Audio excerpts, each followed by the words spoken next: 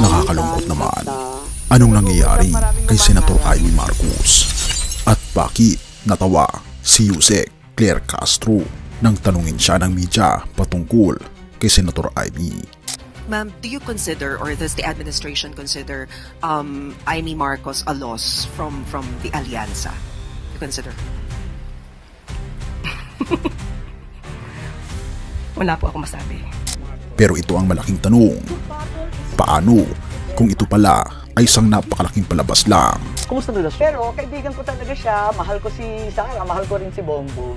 Para bang genius strategy ba ito para iligtas si Pangulong Bongbong Marcos laban sa mga Duterte at Duterte supporters? As we can see from the statements of Senator Amy Marcos, it seems like there is. But on the part of the President, we cannot say that there's a rift between the relationship, in the relationship of these two siblings. So, hintayin na lang po natin kung meron man sasabihin ng Pangulo. Wag na tayo magpahirapan ng katawan. Sabi ko, kakalas na muna ako kung nahihirapan kayo. Siguro, nabunutan rin sila ng tinik na sabi ko, kakalas na lang ako para simple at klaro. Alam mo ba yung pakiramdam na parang may mali pero hindi mo maipaliwanag kung ano? Parang may nagpapadya pero hindi mo pa nahuli kung saan talaga ito papunta. Ganito ang eksena ngayon sa mundo ng politika, lalo na sa pagitan ng magkapatid na Marcos. Senator Amy Marcos nagpaalam na sa alyansa para sa bagong Pilipinas. Pero teka, bakit? Dahil lang ba sa arrest warrant ng ICC laban kay Duterte o may mas malalim na dahilan na hindi pa natin nakikita? Nagsimula ito nang hindi na sumasama si Amy sa campaign sorties ng alyansa. 6 sa 11 sorties ang nilampasan niya pero walang nagsasabi kung bakit. Tapos bigla na lang, nagdeklara siyang umalis sa alyansa. Amy claimed, "I cannot stand on the same campaign platform as the rest of the alyansa." Pero bakit nga ba? Nakakashock diba? Pero teka, huwag kang bibitaw dahil ito nagiging mas intriguing ang kwento. Bago natin ipagpatuloy kaibigan, siya nga pala ang Great Controversy na isa sa mga pinaka-kontrobersyal na libro dahil tumutukoy ito sa mga propesiya sa libro ng Daniel at Revelation na nagaganap na sa panahon natin ngayon bago ang pagdating ng ating Panginoong Diyos ay pinamimigay na namin ng libre sa pamamagitan ng PDF. At ito ay nasa limited lamang na panahon kaya i-click mo sa description sa baba upang ma-avail mo kaibigan ang napaka-importanteng libro ito na magbubukas sa iyo sa mas maliwanag mong hinaharap. Purihin ang ating Panginoong Diyos at tayo magpatuloy. Bakit biglang nagkaiwalay ang Marcos siblings? Blood is thicker than water, sabi nga nila. Pero sa kasong ito, parang hindi. Amy mismo ang nagsabi na hindi sasang-ayon sa direksyon na tinatahak ng administrasyon ng kapatid niya. Pero ito lang ba talaga ang dahilan? Duterte's arrest. Ito ang naging breaking point. March 11, nahuli si Duterte sa bisa ng warrant mula sa ICC para kay Amy. Hindi ito basta-bastang issue. Ang kanyang mga pahayag sa Senate hearing ay nagpapakita ng pagkadismaya sa deliberate effort to obscure the truth. Pero ano nga ba ang totoo? Ito ba ay laban para sa hustisya o may mas malaking larong nagaganap sa likod ng mga eksena? Pero teka, hindi pa tapos ang drama. Ang Malacanang mismo nagsabing walang lamat sa relasyon ng magkapatid. Ayon kay Palace Press Officer Claire Castro, hindi ito galing ng Pangulo na magtanim ng galit o magpakasensitive. Pero kung ganoon, bakit di na lumalalim ang agwat? Ito na ba ang simulang paghahanda para sa 2028?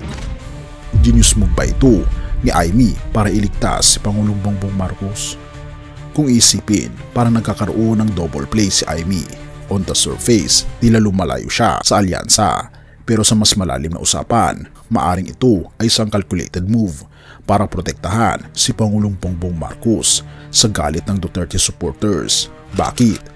Kung si Amy ay nasa alyansa habang pinapanagot ng ICC si Duterte, siguradong tatamaan din si Pangulong Bongbong Marcos. Pero kung lalayo siya sa alyansa, maaaring mapanatili niya ang suporta ng pro-Duterte base. Smart diba? Pero ito ang mas nakakaba. Pagsubok o diskarte. Hindi may kakaila na ang Duterte Bloc ay isa pa ring solid force na kaya magpabagsak ng kahit sinong politiko. Alam ito na Amy, alam din ito ni Pangulong Bongbong Marcos, kaya sa paglayo ni Amy, ginagawa niya bang sacrificial ang sarili para maprotektahan ang kanyang kapatid?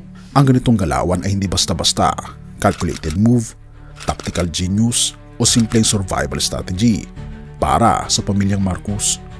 Pero teka, may twist pa. Ano ang next move ng alyansa? Ngayon, nawala na si Amy sa alyansa. Sino ang magpapapalit ng kanyang pwesto? Kung wala ng Marcos sa alyansa, mas lalong lumilinaw na ito ay hindi na para sa pagkakaisa, kundi isang arena ng survival of the fittest. At ang tanong, kakayanin pa ni Pangulong Bongbong Marcos ang bagyong paparating? Bantayan ang 2028 dahil ito pa lang ang simula. Habang lumalapit ang 2028 elections, siguradong mas lalong titindi ang labanan. Ang pag-alis ni Amy sa alyansa ay hindi pagtatapos. Ito pa lang ang simula ng mas matinding banggaan ng puwersa. Ngayon, ikaw, ano sa tingin mo kaibigan? Isang master stroke ba ito ni Amy para protektahan si Pangulong Bongbong Marcos? O sa itong hakbang ng isang kapatid na gustong sumalba sa sarili bago ang paparating na bagyo? Hindi mo mapipigilan ang pag-isip, hindi ba?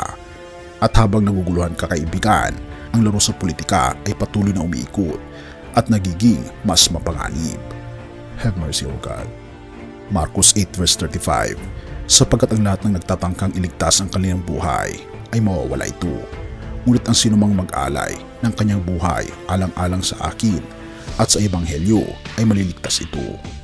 Ano nga ba ang tunay na kahulugan ng pagsasakripisyo? Sa kita ng kaguluhan ng politika kaibigan, laging may tanong kung sino ang handang mag-alay ng sarili para sa mas mataas na layunin. Tulad ng sinabi ng ating Panginoon sa Marcos 8 verse 35, ang sinumang handang isuko ang kanyang buhay alang-alang sa kanya ay magtatamo ng buhay na walang hanggan. Ngunit paano ito nauugnay sa sitwasyong ito? Maaring tila ang ginagawa ni Senator Amy ay isang sakripisyo upang maprotektahan ang kanyang kapatid at ang pangalan ng kanilang pamilya. Mula sa posibleng pagkakahati ng bansa, ngunit gaano man katalino o kagaling ang diskarte ng tao, walang tunay na tagumpay kung wala ang ating Panginoon Kristo sa sentro ng bawat desisyon. Sapagkat kaibigan, ang ating Panginoon lamang ang tunay na tagapagligtas. Hindi sapat ang taktika ng tao para iligtas ang sarili o ang iba.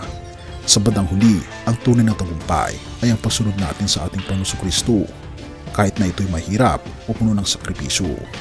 Tulad ng sinabi ng ating Panginoon, ang nag-aalay ng buhay para sa Kanya ay tunay na magtatamo nito.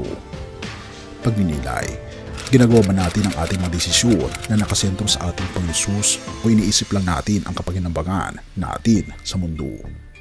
Handa ba tayong isuko ang ating sariling kagustuhan para sundin ang kalooban ng ating Panginoon Diyos? Have mercy, O God, at purihin ang ating Panginoon Diyos. At tayo manalangin. Ama naming Diyos na makapangyarihan sa lahat, turuan niyo po kaming gumawa ng tamang desisyon na nakaayon sa iyong kalooban. Sapagkat sa gitna ng kaguluhan at pagsubok, naniniwala po kami na kayo po ang aming sandigan. Nawa'y matutunan po namin isuko ang aming sarili at ang aming mga sariling plano at magtiwala sa iyong plano na higit sa aming iniisip. Bigyan niyo po kami ng lakas upang ipaglaban ang katotohanan o aming Panginoon Diyos at katarungan, kahit na ito ay mahirap, sapagkat naniniwala kami na ito ang nararapat namin gawin at naniniwala po kaming hindi niyo po kami pababayaan. Pinupuri po namin kahit pinapasalamatan ang aming Panginoon Diyos sa inyo pong kabutihan sa amin at patuloy niyo po kaming gabayan at salamat sa pagdinig ng aming mga panalangin at patawarin po kami sa lahat ng aming pagkukulang at pagkakasala sapagkat ito may samot hiling sa matamis na pangalan ng aming Panginoon Jesus. Amen.